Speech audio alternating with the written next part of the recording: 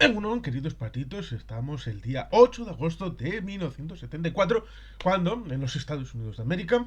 el presidente Richard Nixon anunció públicamente por televisión su renuncia como resultado de las circunstancias derivadas del escándalo Watergate.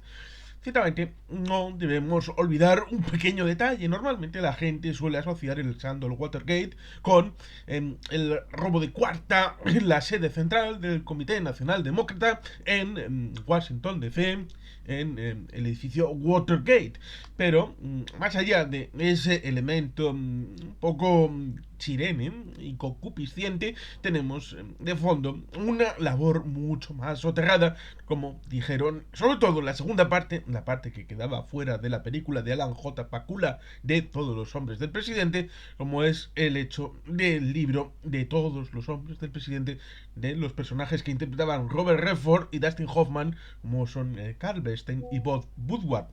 Ahí tenemos ciertamente un elemento fundamental a la hora de comprender la historia reciente de los Estados Unidos. Sobre todo, teniendo en cuenta que el trasfondo al fondo a la derecha, valga la redundancia, de la idea de todo lo que se establece con la carta Canuck, los elementos para tratar de destruir y desprestigiar un montón de candidatos del Partido Demócrata, era una idea de fondo que es muy poco edificante y muy poco democrática,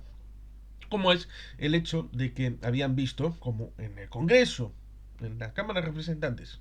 y en el Senado, es decir, en el legislativo,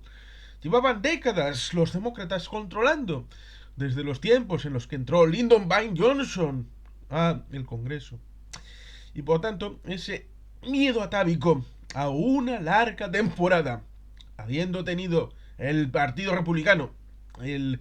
legítimo derecho de haber sido fundado en parte para confrontar al Partido Demócrata del Sur con el tema del esclavismo, con la idea de la figura de Abraham Lincoln en la confrontación en el año 1860. Ay, 1860. Ahí a veces algunos establecen la conexión histórica para hablar del vínculo entre Lincoln y JFK. Incluso contrafactuales hablan de la posibilidad de que si el sur no hubiera caído, o que si hubieran ganado la guerra, como el CSA, un documental o mockumentary, que es como se dice técnicamente, la idea de cómo serían las elecciones de 1960 respecto a las de 1860, en tanto que el sur siguiera existiendo en las décadas posteriores y cómo tal vez hubiera tenido relación con la Sudáfrica del apartheid, con el Tercer Reich y todas estas cosas ligadas a las razas, a pesar de que, bueno, pues había esa idea de que en la película Gettysburg de 1993, que está comentada en el canal, pues ciertamente al final de la película se hablaba de esa idea respecto a si la esclavitud era corregible o no, si era estructural o troncal, pero tenemos ciertamente algún que otro conversatorio con Emilio Blanedo para hablar que ciertamente en el sur, para la existencia en aquel momento, en 1860, de un proyecto de Estado distinto como era los Estados Confederados de América, el tema de la esclavitud era troncal. Pero en 1960, en 1964, en 1968, lo que veían los republicanos que bebían de esa tradición era que desde 1932, hasta 1968, los demócratas habían obtenido la Casa Blanca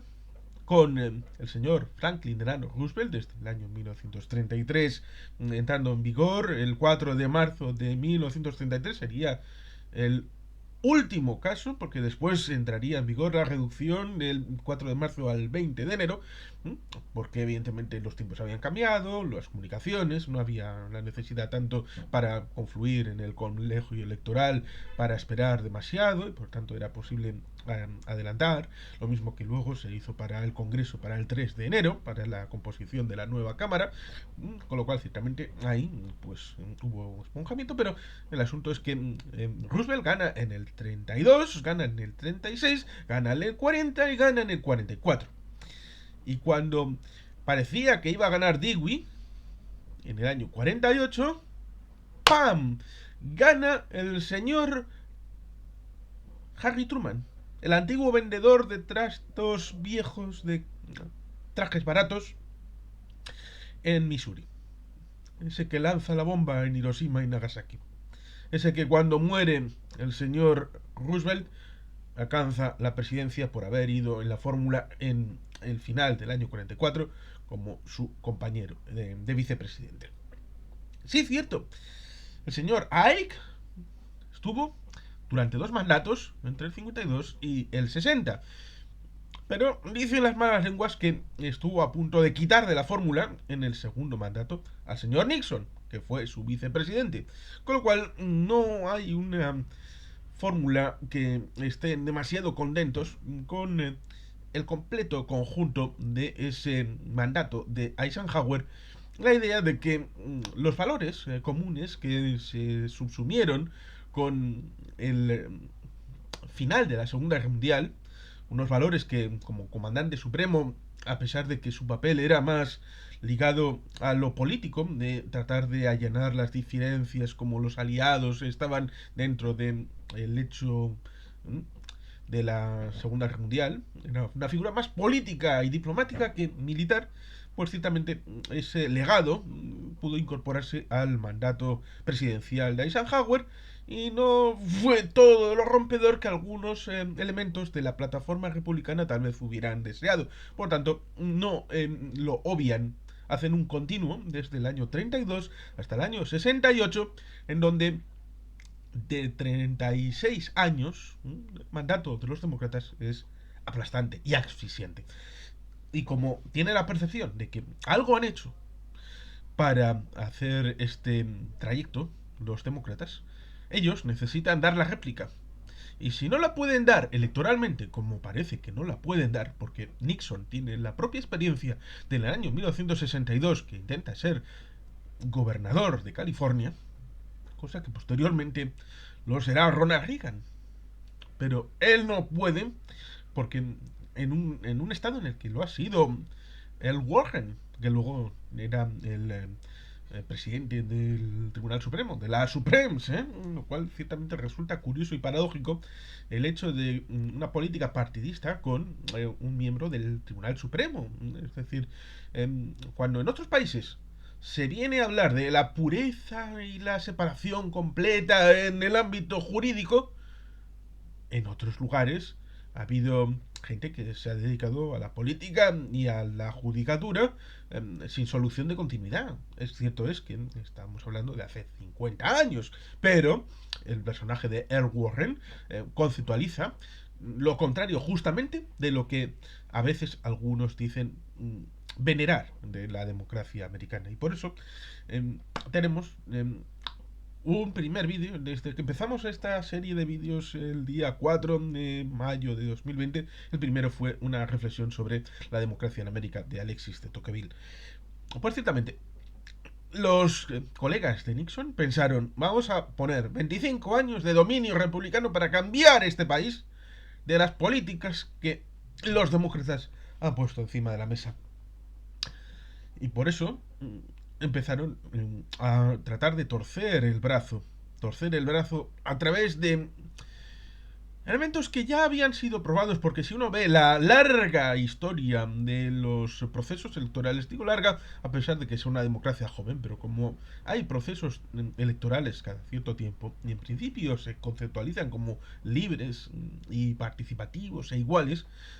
al haber hecho un montón de procesos participativos electorales entre el año 1776 de la independencia en adelante, bueno, sobre todo de 1800, pongamos, que es cuando se da el relevo, la presidencia del señor Washington, después del segundo mandato, se inaugura la Casa Blanca en 1800, hasta el momento actual, pues ciertamente ahí tenemos una visión de que todas las tácticas que uno puede pensar, que tampoco es una novedad porque ya en el Imperio Romano, cuando había elecciones al Senado, pues también había sus pintadas en las paredes, por lo tanto, no hay muchos elementos novedosos y conceptualmente innovadores. Pero a veces el pasado se olvida y hay que volver a construir el relato y por eso incluso en la época de Cleopatra había arqueología, una búsqueda de su propio pasado porque había una distancia suficiente respecto a los primeros faraones como para tratar de escarbar en su propio legado de cómo habían llegado a ese momento, no solamente desde el momento actual respecto a elementos de nuestro pasado, porque estaba más lejos Cleopatra de sus primeros faraones que nosotros de Cleopatra. Y esto se puede hacer simplemente con una visión respecto a los números y el cálculo de los años transcurridos. Y por eso, pues ciertamente resulta curioso películas como la de el señor Oliver Stone, en donde pone encima de la mesa los elementos políticos que hizo el señor Nixon en su mandato, contraponiéndolos con el hecho de quitarle de en medio, como si al quitarle de en medio estuvieran en contra de las políticas tanto estatales como internacionales del señor Nixon, que reivindicaban en teoría un modelo de incluso socialdemocracia en la conceptualización de elementos de educación, sanidad, servicios sociales,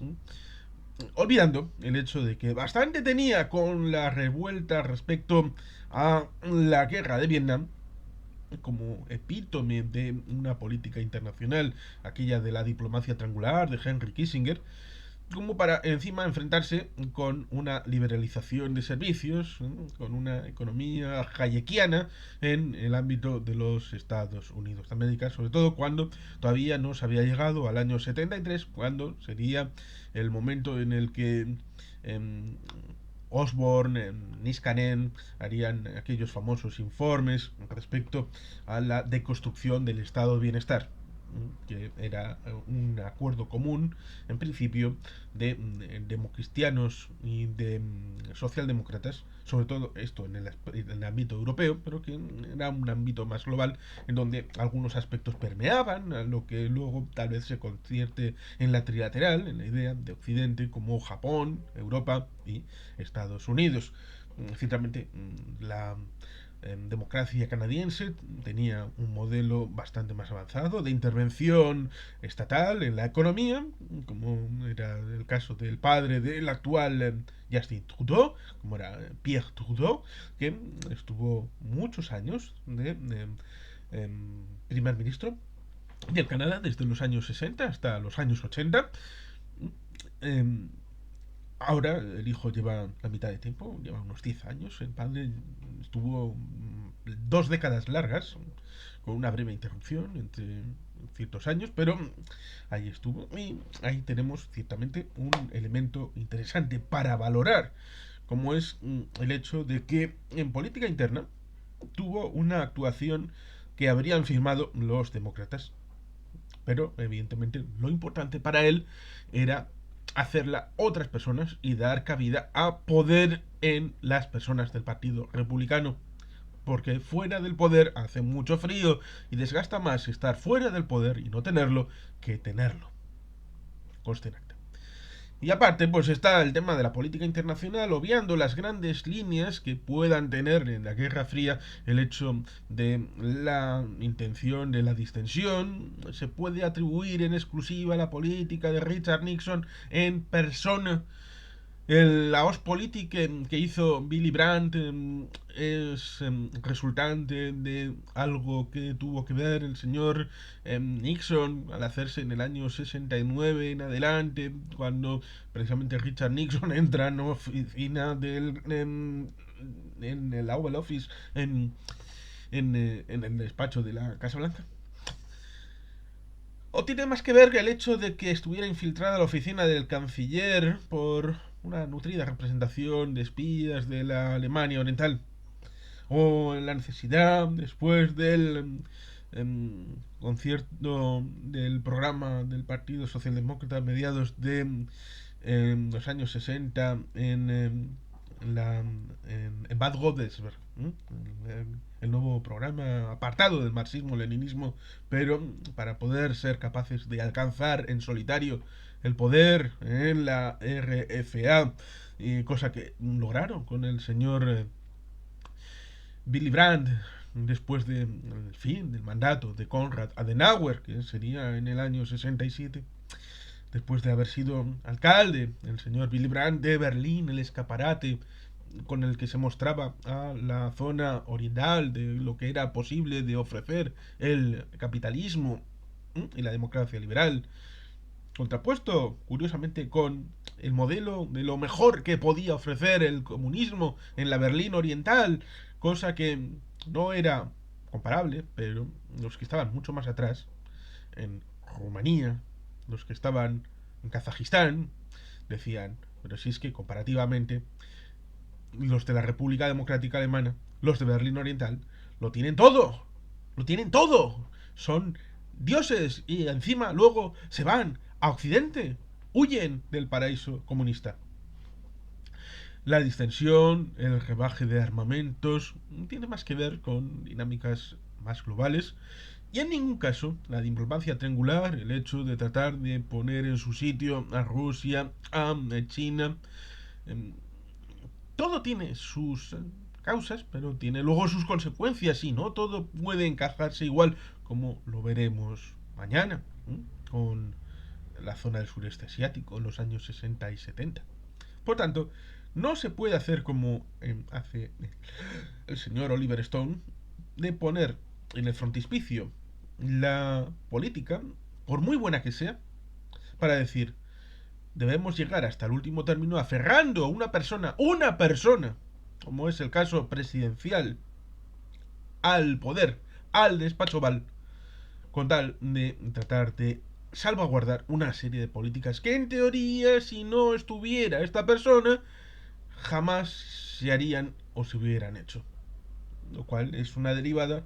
de la película es del año 1995 y viene derivada en parte de la de 1992, JFK, con la idea de que cuando cae JFK, las políticas, tanto internas como internacionales de JFK, se fueron por el ducto y entonces ya no se pudo hacer nada más de política y se acaba Camelot. Ya, bueno, sí, queda muy bien el relato, queda muy estupendo, pero cuando dimite Nixon, el 8 de agosto de 1974, le sucede un miembro de su propio partido, como es Gerald Ford. Ciertamente Spiro Agnew, que era el compañero de fórmula, tanto en el año 68 como en el año 72, tuvo que dimitir. Y poco antes habían activado la enmienda 25 para hacer la sucesión del vicepresidente y luego tendrán que activar la 25 para la sucesión presidencial en la persona de Gerald Ford, que es el último presidente que no ha sido elegido ni como presidente ni como compañero de fórmula, porque como digo, en la anterior elección presidencial, la del 72, no estaba dentro. Era un miembro del Congreso que fue electo y por eso tal vez resulta curioso y paradójico que tenga bastante que ver en muchos elementos que están incorporados en series, como por ejemplo la elección del diputado por Colorado, el señor Bob Russell, en la serie El ala oeste de la Casa Blanca. Por tanto, cuando uno ve esas series, tiene que tener un cierto conocimiento para decir, pero si esto yo ya lo he visto en la historia, como es el caso de Gerald Ford, el caso del señor Nixon, el caso del 8 de agosto de 1974, cristalizando algo que ya se viene preguntando en esa película de Oliver Stone respecto al choque de trenes, y en esa película se dice, bueno, usted tiene el ejército, como dando la idea de que podía haberse llegado a una guerra civil. No creo que sea tan posible porque evidentemente las circunstancias son completamente distintas, pero el contrafactual pues está ahí lanzado por Oliver Stone para quien lo quiera coger y si quiere